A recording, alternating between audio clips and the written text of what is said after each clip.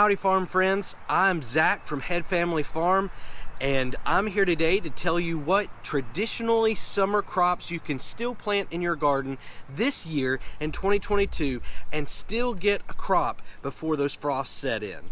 Now, we're going to do things a little bit differently from how we normally do it today. Since I know some of you are in a hurry, we're going to go ahead and tell you 4 things that you can go ahead and get in the garden from seed and still get a crop from. And after that, we'll talk about methodology.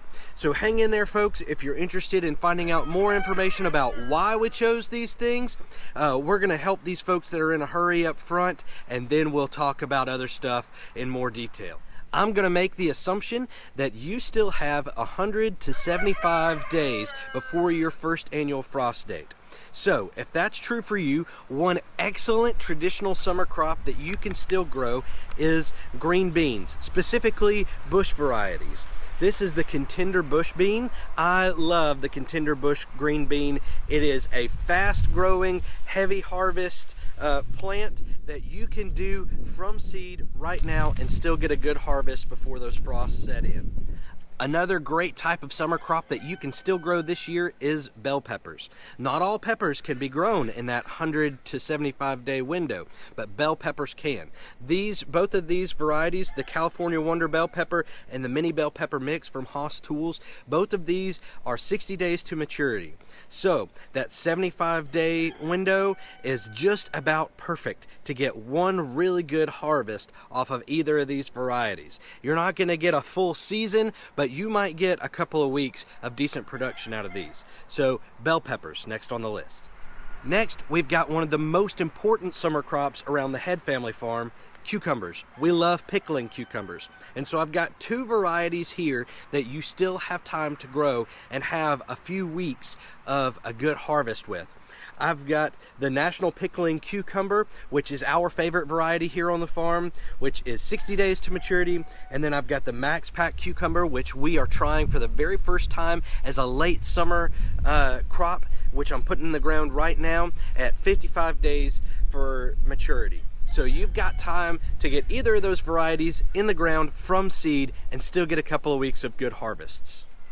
Last but not least, on our 4 types of summer crops that you still have time to get in the ground, before we start talking about why we're using that 100 to 75 day window and what that means and what we're planting in the fall, the last summer crop is my favorite summer crop that you can still get in the ground, okra. This is the Jing Orange okra variety from Haas Tools. It went off fast when I planted it this summer. I know that it's going to keep going off for me, but my favorite okra variety, I don't even have the packet for because I use it as soon as it comes in, is the Jambalaya okra, which you can also get from Haas Tools, and it goes off fast. It is the first okra to put on pods whenever I put different varieties out in the garden, and it continues to produce over and over again. I have to pick that okra every 2 days to make sure that I'm getting those pods off in time. There you have it, folks. You can still get bush beans in the ground, cucumbers in the ground, bell peppers in the ground, and okra in the ground, and still get a harvest from those traditionally summer crops before your first annual frost date. Let's talk for just a second about your average first annual frost date. This is not something that's uniform across your USDA hardiness zone. So you need to go online and search your closest city or town first annual frost date.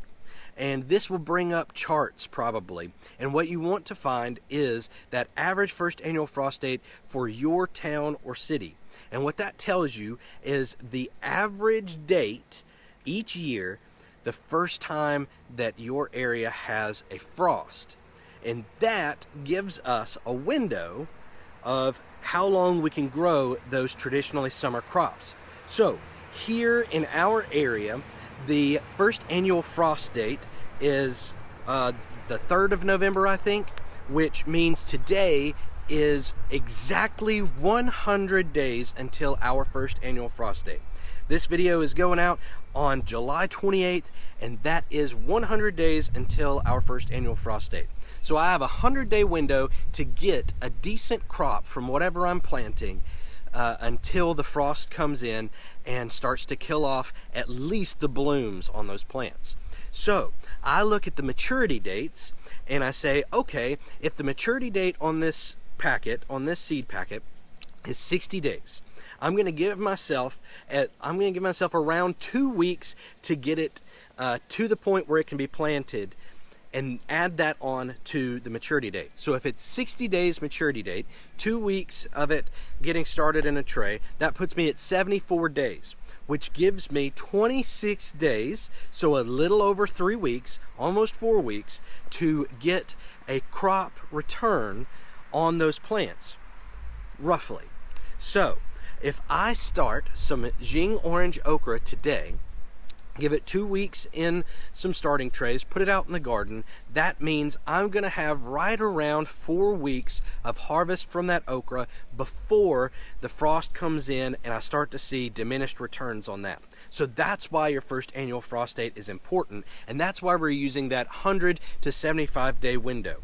If you are doing a search right now and you're finding that your first annual frost date is closer to you than 75 days, it might be time to start looking at your fall garden instead of trying to find stuff that will work as a summer crop.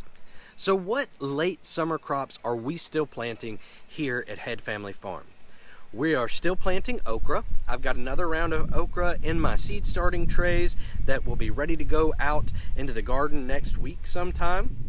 I'm planting more cucumbers. In fact, in a recent video, you guys got to see me put in some cucumbers, another row of those late cucumber starts, because we love to pickle cucumbers.